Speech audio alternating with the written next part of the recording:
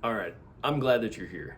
Today we're going to uncover how you can handle any big decision you may be facing in your life using my three-step process that I developed over my career in Special Forces, and you can utilize these tools to navigate any big decision you may be facing. Since you're here, chances are you might be facing one of those decisions in the immediate future, or at least you can anticipate one of those decisions down the road. I've had a number of people come to me and say, Chris, I'm at a crossroads in my life. This decision will affect the trajectory of the rest of my life, whichever path I choose. And I say, excellent. But they come at me and they say, man, there's all these questions I have, like what if this and what about that? And I say, that is completely normal. And so if you're experiencing that same kind of feeling, relax, breathe, everything's gonna be fine because what you're experiencing is normal. These questions of like, I don't know what the end state's going to look like. I don't know how this is going to affect everything else in my life. What do I do? And I can tell you, after helping hundreds of people navigate these like high stakes decisions, just like yourself, this simple three-step process will help you pick a decision, make a decision, and feel really good about it. And that's why the Crossroads Navigator is broken down into three often overlooked parts that, when utilized correctly, will help you make the decision that you feel content with. So, step number one, make a pros and cons list. I'm sure most of you have done this before. You've got two options in front of you and you make a pros and cons list. I think that's a great starting point, but you're not quite done there. So the example I'm going to use is from my own life. Should I join the military or should I not? But I want to let you know that this process, this three-step process, can be used in any kind of situation, whether you're joining the military or changing careers or deciding to have another kid. This process will work. So follow along. Again, the example I'm using is, should I join the military or not? Step number one, pros and cons.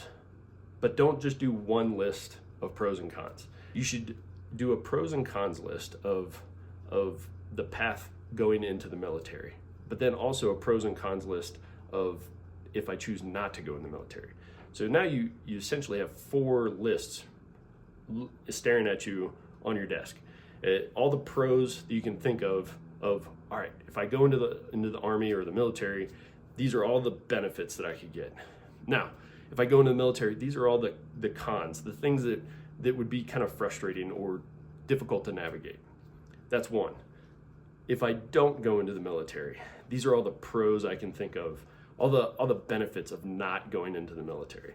And then also the cons to that. These are all the frustrations I would have to navigate if I choose not to go into the military. Some of those might look like pros for going in the military, steady paycheck, health benefits, free education, stuff like that. Being able to travel the world, learning some interesting skills that may or may not be applicable in the civilian sector. Now the cons, you would deploy, being away from family, missing birthdays, missing holidays, stuff like that. So now you've got pros and cons joining the military. Pros and cons of staying a civilian. Pros, I have my freedom. I get to do whatever I want without anybody really telling me what to do. I won't get yelled at by drill sergeants. Cons might be, well, job market is tricky right now. Can't really find a job, or I feel unfulfilled and I don't want to feel that way for the rest of my life. So you've essentially have four lists right here in front of you, and you can look at all of these things.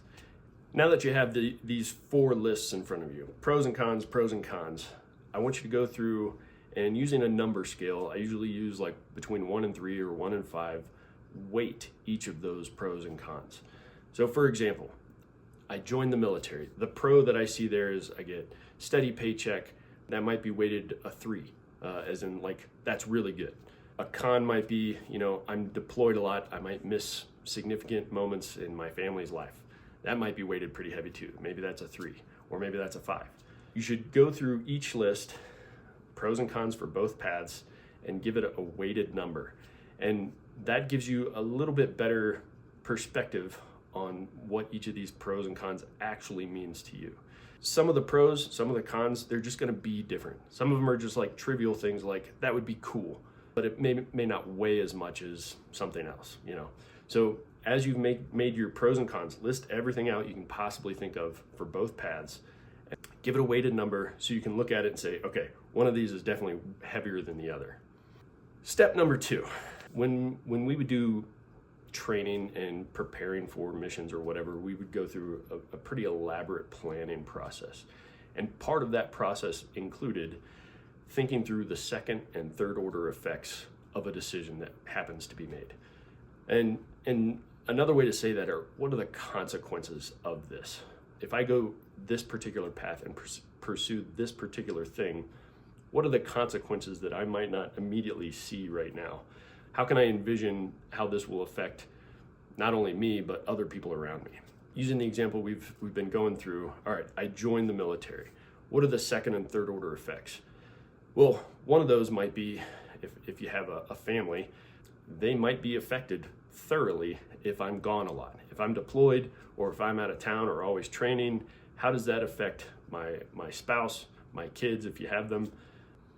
And then the other path, if I choose to stay a civilian, how does that affect my family now? Or maybe you don't have a family. Maybe you're a single guy. It's like, okay, if I join the military, does that improve my chances of becoming a family man eventually? Or if I stay a civilian, am I more likely to find the kind of family that I'm seeking? So again, second, third order effects. How does this affect mom and dad? This part of the process is thinking through beyond self and looking at family, community, neighborhood, country. How does it affect those entities, those communities through these decisions? Step number 3, and I would argue this is probably the most important, is based on these 2 decisions I have, these pros and cons lists that I'm looking at and looking through the second and third order effects or the consequences of this particular decision, does it align with the kind of person I want to be in the long run? At some point, you're going to be in old age, sitting on your rocking chair, looking back on your life. And you may look back on this moment, this crossroads that you're facing, and you'll ask yourself, did that decision align with the kind of person I want to be?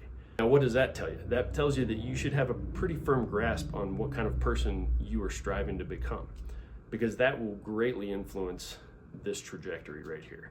If joining the military, all the pros line up, they're heavily weighted, it's like all the benefits are great, and the cons were pretty minimal. The second and third order effects, like that, you saw mostly positive in that. But in the end, joining the military doesn't align with the kind of person you want to be. That should play a heavy role in this decision-making process. That should tell you something about this particular decision.